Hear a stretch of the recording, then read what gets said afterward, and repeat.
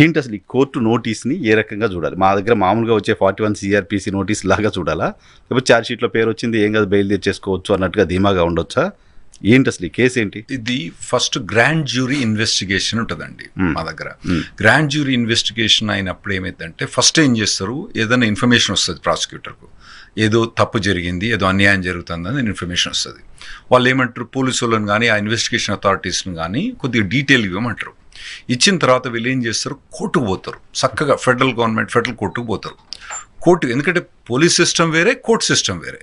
అయితే grand jury పోయినప్పుడు ఏంటంటే అక్కడ 12 నుంచి 18 మంది మాక గ్రాండ్ జ్యూరీ అంటే పెద్ద మనుషులను ఎన్నుకుంటున్నట్టు. అక్కడ ఏది జడ్జిలు కాదు వాళ్ళు, మామూలు మెక్డానల్డ్స్ పనిచేసే వాళ్ళు, తర్వాత ఊడ్చే వాళ్ళు, తర్వాత మీలాంటి జర్నలిస్టు, డాక్టర్లు, వీళ్ళందరూ ఉంటున్నట్టు పెద్ద మనుషులు మన భాషలో. ఆ జ్యూరీ ట్రయల్, ఆ గ్రాండ్ జ్యూరీ ట్రయల్లో ఏం చేస్తారంటే ఇండిక్ట్మెంట్ అంటే వీళ్ళకు whether they should proceed with the case or not అని రిక్వెస్ట్ చేస్తారు అన్నట్టు. వాళ్ళు పంపిన ఎవిడెన్స్ తోటి ఏమంటుంది అంటే వాళ్ళందరూ ఒకవేళ కనుక ఇందులో ఏదో ఉన్నది, తప్పున్నది, దీన్ని ప్రొసీడ్ చేయమని చెప్తారు అన్నట్టు. ఇవన్నీ సీక్రెట్ ఉంటాయి. గ్రాండ్ జ్యూరీ అన్నది సీక్రెట్, అప్పటిదాకా రిలీజ్ చేయరు అన్నట్టు. ఆ గ్రాండ్ జ్యూరీ ఎప్పుడైతే ఆథరైజేషన్ ఇచ్చిందో అప్పుడు ఏం చేస్తుందంటే కోర్టు కొన్ని సర్చ్ వారెంట్స్ కానీ, తర్వాత కొన్ని వారెంట్స్ కానీ, తర్వాత మీ ఫోన్ ట్యాపింగ్ అటువంటివన్నీ కూడా కోర్టు ఆథరైజేషన్ ఇస్తుంది అన్నట్టు. జస్ట్ గ్రాండ్ జ్యూరీ ఇచ్చిన గ్రీన్ సిగ్నల్ తో వాళ్ళకుండే లీగల్ శాంటిటీ ఏంటి అసలు? వాళ్ళు మామూలు మనుషులే. ఇప్పుడు ఎలక్షన్ మా దగ్గర ఎట్లుంటుందంటే జ్యూరీ అంటే ఏంటంటే, ఇప్పుడు ఎలక్షన్ కార్డు ఉంటుంది కదా, వాళ్ళందరికీ ఏం చేస్తారంటే కొందరికి లెటర్లు పంపిస్తున్నట్టు, అరే నాయన మీరు రావాలి ఈరోజు కోర్టుకు, వాళ్ళు తప్పకుండా పోవాలి, లేకపోతే వాళ్ళ మీద అరెస్ట్ వారెంట్ అది. అప్పుడు పోయినప్పుడు వాళ్ళని ఏం చేస్తారంటే ఎన్నుకుంటారు అన్నట్టు. ఎన్నుకొని వాళ్ళు మామూలు మనుషులే, not legal experts, not lawyers, they may be lawyers, they may be just normal people. వాళ్ళు పోయిన తర్వాత వాళ్ళు ఎన్నుకున్న తర్వాత వాళ్ళ దగ్గర ప్రజెంట్ చేస్తారు అన్నట్టు కేసు, ఇది ఉన్నదా లేదని. దాని గ్రాండ్ జ్యూరీ ఉంటుంది. ఈ గ్రాండ్ జ్యూరీ అనేది సీక్రెట్ ఉంటుంది అన్నట్టు. వీళ్ళు ఏం చేశారంటే అప్పుడు మొదటి గ్రాండ్ జ్యూరీ దగ్గర పోయి పర్మిషన్ తీసుకున్న తర్వాత వీళ్ళు మానిటర్ చేయడం మొదలుపెట్టినారు. వీళ్ళని మానిటర్ చేయడం మొదలుపెట్టారు. ఆ తర్వాత వాళ్ళ ఇన్వెస్టిగేషన్ అన్నీ అయిపోయిన తర్వాత, అంటే ఒక లెవెల్ ఇన్వెస్టిగేషన్ అయిపోయిన తర్వాత దెన్ ఇప్పుడు ఇది ఛార్జ్ షీట్ అనుకోరా, ఇది మీరు కోర్టులో ఫైల్ చేసినట్టు charge sheet. So without any complaint ఉండొచ్చు, కంప్లైంట్ ఉండకపోవచ్చు. క్రైమ్ అనేది ఈజ్ అన్ అగేన్స్ట్ సొసైటీ. మీకు కంప్లైంట్ అవసరం లేదు. ఇప్పుడు అది మర్డర్ జరిగింది అనుకోండి, ఎవరు కంప్లైంట్ చేయకపోతే మర్డర్ ఇస్ మర్డర్ కదా. పోలీసు వాళ్ళు can take it by themself. అక్కడ పోయి మర్డర్ చేసిన చెప్పనక్కర్లేదు. మన యుఎస్ లైన్ అంతే, ఇండియాలైనా అంతే. సో ఇది కంప్లైంట్ ఉండొచ్చు, కంప్లైంట్ ఉండకపోవచ్చు. వాళ్ళకు బేసిక్ ఇన్ఫర్మేషన్ ఉన్నప్పుడు ఏం చేస్తారంటే they can go and proceed investigation. So అలా జరిగింది. దానికి సంబంధించిన విషయంలో కూడా మనకు తెలియదు, ఎవరైనా ఇన్ఫర్మేషన్ ఇచ్చిండ్రా తెలియదు, మనకు తెలియదు, ఇవ్వలేదో తెలియదు. సో ఎందుకు డౌట్ వచ్చి ఉండొచ్చు? జనరల్గా మీకున్న అబ్జర్వేషన్ ఏంటి, ఎందుకు డౌట్ ఉండొచ్చు అంటే, మొదలు మరి వీళ్ళ ప్రొఫైల్ కానీ వాళ్ళకి ఏదైనా డౌట్ వచ్చి ఉంటుంది. వీళ్ళు ఏం చేశారంటే మొదలు సెక్యూరిటీ ఎక్స్చేంజ్ కమిషన్ వాళ్ళు ఇన్వెస్టిగేషన్ మొదలుపెట్టింది. అంటే చిన్న లెటర్ రాసి వీళ్ళు అక్కడ పోయి వీళ్ళు డబ్బులు అడిగిండ్రు కదా, $3 బిలియన్ పోయి అక్కడ డబ్బులు తీసుకునేటప్పుడు వీళ్ళు ప్రామిస్ చేయాలన్నట్టు, మీరు ఫారెన్ కరప్ట్ ప్రాక్టీసెస్ యాక్ట్ మీరు కంప్లై అవుతున్నారు, యుఎస్ లాస్ అన్ని కంప్లై అవుతున్నారని వీళ్ళు మొత్తం సైన్ పెట్టాలి. అన్ని సైన్ పెట్టిన తర్వాత అక్కడ ఏం చేసిందంటే సెక్యూరిటీ ఎక్స్చేంజ్ కమిషన్ కొద్ది వాళ్ళకి ఎక్కడి నుంచి డౌట్ వచ్చిందో కానీ ఓ లెటర్ పంపించింది, మీ దగ్గర ఏదైనా ఫ్రాడ్ జరుగుతున్నట్టు మాకు అనిపిస్తుంది అని. వీళ్ళు ఒక లెటర్ రాసినట్టు, ఫ్రాడ్ ఏం లేదని మీరు సర్టిఫై చేయండి అని. అంటే వీళ్ళు ఏం చేశానంటే ఇంటర్నల్ ఇన్వెస్టిగేషన్ అని ఒకటి మొదలుపెట్టారు. ఎవరు వీళ్ళు, ఈ పర్టికులర్ అదానీ గ్రూప్ వాళ్ళు ఇంటర్నల్ ఇన్వెస్టిగేషన్ అని చెప్పి దాన్ని ఏం చేశానంటే అందులో వాళ్ళు మాట్లాడుకొని ఏం చేశానంటే ఫ్రాడ్ గురించి డిస్కషన్ అయింది కానీ దాన్ని ఎవ్వరు అప్రూవ్ చేయలేదు, దాన్ని ఎవ్వరు చేయలేదని వాళ్ళు నోటిఫై సెక్యూరిటీ ఎక్స్చేంజ్ కమిషన్కు పంపించారు. ఎప్పుడు ఇది? This happened in 2022. Really? 2022, 2 years back. ఆ డాక్యుమెంట్ ఉందా ఇది? ఇండిక్ట్మెంట్లు ఉంది, మీకు ఇచ్చిన ఇండిక్ట్మెంట్, మీరు చూపెట్టిన ఇండిక్ట్మెంట్ ఉంది. ఈ 2022లో వాళ్ళు పంపించారు. అయితే ఆ పంపించక ముందే వీళ్ళు ఫ్రాడ్ గురించి మొత్తం అన్నీ డిస్కస్ చేసి ఆథరైజ్ చేసినట్టుగా ఎవిడెన్స్ దొరికింది వీళ్ళకి. తర్వాత ఆర్గనైజ్ చేసినట్టుగా డిస్కస్ చేయడం మాత్రమే కాదు, దాన్ని ఎగ్జిక్యూట్ కూడా చేశారు. ఎగ్జిక్యూట్ చేయాలి అప్పటిదాకా, ఎట్లా ఫ్రాడ్ స్కీమ్ చేయాలి అవన్నీ మొత్తం డిస్కస్ చేసి ఏ పైసలు ఎక్కడ పోవాలి అన్నది వాళ్ళు డిస్కస్ చేసిన అంతకుముందే. కానీ అది అంటే వీళ్ళు ఏంటంటే తప్పుడు స్టేట్మెంట్ ఇచ్చిండ్రు. Security exchange commission. That's a part of that is one of the part of the crime. So వాళ్ళకి చెప్పారు సంథింగ్ మేము డిస్కస్ చేసాం క్రైమ్ గురించి, లేకపోతే డబ్బులు ఇవ్వడం గురించో ఏదో డిస్కస్ చేసాం, బట్ ఇవ్వలేదు అని చెప్పారు. అవును. బట్ ఎస్ఈసి ఇచ్చారు అనే దానికి సంబంధించిన ఆధారాలు సేకరించింది బహుశా. ఎస్సీసీ సేకరించలేదు. ఎస్సీసీకి ఎన్ఫోర్స్మెంట్ డివిజన్ తక్కువ ఉంటుంది వాళ్ళకు. వాళ్ళు ఎక్కువ ఏం చేస్తారంటే ఎఫ్బిఐకి పోతారు. వాళ్ళు ఎఫ్బిఐ పోయి అరే నాయన ఇది మాకు డౌట్ ఉన్నది మీరు చెక్ చేయండి అని చెప్పిన వాళ్ళు. ఎఫ్బిఐకి పోయారు, పోయి ఉంటారు మోస్ట్ ప్రాబబ్లీ.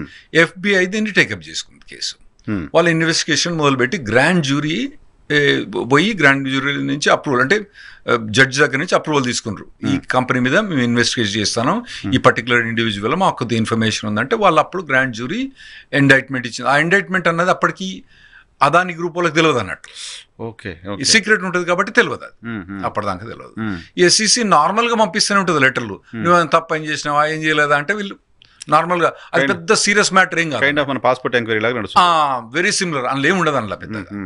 అక్కడ దాకా మంచిగుంది. ఆ తర్వాత వీళ్ళు ఎస్సీసీ ఏం చేసిందంటే ఎఫ్బిఐకి ట్రాన్స్ఫర్ చేసిన తర్వాత ఎఫ్బిఐ ఇన్వెస్టిగేషన్ మొదలుపెట్టింది. ఎఫ్బిఐ ఇన్వెస్టిగేషన్ చేసినప్పుడు పెద్ద వాళ్ళు బేసిక్ ఇన్వెస్టిగేషన్ చేసిన తర్వాత సర్చ్ వారెంట్ తీసుకొచ్చారు. సర్చ్ వారెంట్ తీసుకొచ్చినప్పుడు ఈ సర్చ్ వారెంట్ ఎప్పుడంటే మార్చ్ 2023లో సర్చ్ వారెంట్ తీసుకొచ్చారు. సర్చ్ వారెంట్ తీసుకొచ్చి ఈ సాగర్ అదాని అని, ఐ థింక్ సో, అతను మన గౌతమ్ అదాని గారికి రిలేటివ్ అనుకుంటా, 30-year-old గాయ్, అతని సెల్ ఫోన్స్ సీజ్ చేసుకున్నారు. సెల్ ఫోన్స్ కొన్ని ఎక్విప్మెంట్ సీజ్ చేసుకున్నారు అమెరికాలో. అప్పుడు అతను సాగర్ అదాని అమెరికాలో ఉండేది. అరెస్ట్ చేయలేదు అతన్ని, ఓన్లీ ఆ సెల్ ఫోన్స్ ఆయన సీజ్ చేసుకున్నారు. అప్పటిదాకా ఎఫ్బిఐ దగ్గర ఏం ఇన్ఫర్మేషన్ ఉన్నదో మనకు తెలియదు. అయితే ఆ సెర్చ్ అయిన తర్వాత మాత్రం వీళ్ళకి ఫోన్లు అవన్నీ పోయినాయి. ఆ ఫోన్లో ఏమేమి ఉన్నది అన్నది మళ్ళీ మీకు ఇచ్చిన డాక్యుమెంట్లో చాలా డీటెయిల్గా ఉన్నది.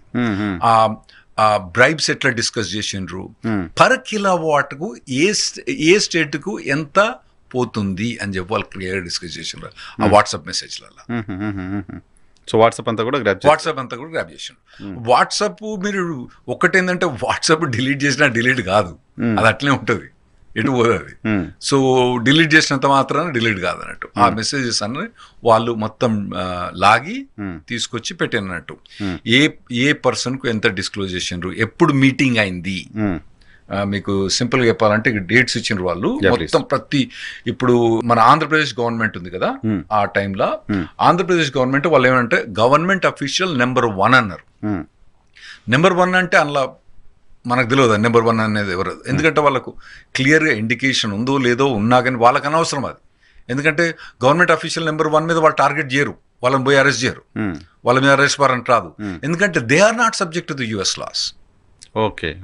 ఈ అదాని గ్రూప్ వాళ్ళు ఉన్నారు కదా, ఫస్ట్ మీరు యుఎస్ జ్యుడిస్డిక్షన్ కిందకి ఎందుకు వస్తారు? ఈ అదాని గ్రూప్ వాళ్ళు జ్యుడిస్డిక్షన్ కిందకి వస్తారు. సో అందులో వాళ్ళ గవర్నమెంట్ అఫీషియల్ని ఎప్పుడు కలిసిండ్రు? August 7, 2021 Gautam Adani met the foreign official number 1 అంటే Andhra Pradesh official. September 12 follow up meeting కూడా అయింది. November 20th గౌతమ్ అదాని మళ్ళా అనదర్ మీటింగ్ ఆ ఫారెన్ అఫీషియల్ తోటి హెల్ప్ చేసిండు.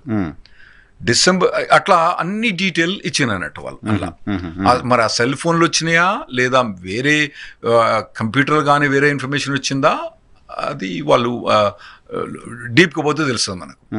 ఈ చార్జ్ దీంట్లో తెలియదు. ఇండైట్మెంట్ కేవలం ఆంధ్రప్రదేశ్కి సంబంధించిన అఫీషియల్స్ తో మీటింగ్ మాత్రమే ఉందా దీంట్లో? వేరే స్టేట్ అఫీషియల్స్ కూడా ఉంది. వేరే state officials, central government officials సంబంధించి సెకీకి సంబంధించి ఇన్వెస్టిగేషన్ లేదా? లేదండి, నేను చదివిన దాంట్లో నాకేం కనవడలేదు. 54 పేజెస్ నాకేం కనవడలేదు.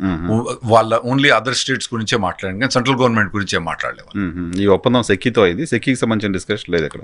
సెకీ అంటే solar energy corporation of India. I didn't see anything in that thing. వాళ్ళ అఫీషియల్ తోటి. ఓకే, ఇప్పుడు ఈ కేసులో ఫర్దర్ గా ఏం జరగబోతుంది? సో అంటే 23లోనే అతనికి సెర్చ్ వారెంట్ మాత్రమే ఇచ్చారా, అరెస్ట్ వారెంట్ కూడా ఉంది? అరెస్ట్ వారెంట్ లేకుండా 23లో ఓన్లీ సర్చ్ వచ్చింది. సర్చ్ వచ్చినప్పుడు ఏంటంటే ఈ గౌతమ్ అదానికి కూడా ఈ పర్టికులర్ సర్చ్ వారెంట్ పంపించిండ్రు or he was aware of it. Gautam Adani has sent ఏదైతే ఈ సర్చ్ వారెంట్ ఉందో ఎవ్రీ పేజ్ను he has email to himself. అతను దాన్ని స్కాన్ తీసుకొని he email to himself in the emails. అంటే గౌతమ్ అదాని ఈమెయిల్స్ కూడా ట్రాక్ అవుతాయి అన్నట్టు ఇప్పటికి. ఓకే ట్రాక్ అవుతాయి. హీ ఈమెయిల్ అయితే తర్వాత ఏమైందంటే మీకు హిండెన్బర్గ్ రిపోర్ట్ వచ్చింది మీకు, ఆ తర్వాత వచ్చింది హిండెన్బర్గ్ రిపోర్ట్ వచ్చి ఏమన్నా అంటే there is an investigation going on Adani conglomerate and solar power and చాలా డీటెయిల్ రిపోర్ట్ పంపించింది, అది మీకు తెలిసి ఉంటుంది. అయితే వీళ్ళు దీన్ని కౌంటర్ చేసుకుంటే ఏమన్నారంటే there is no investigation going on our thing అని వీళ్ళు పబ్లిక్ గా company has issued many press notifications.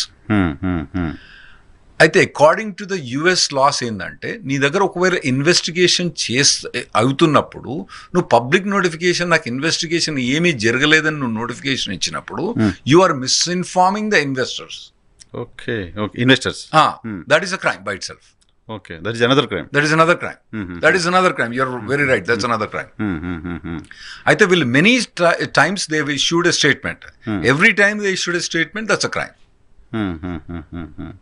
So ఆ క్రైమ్ పైన కూడా మళ్ళీ ఏమైనా కేసెస్ ఉన్నాయా?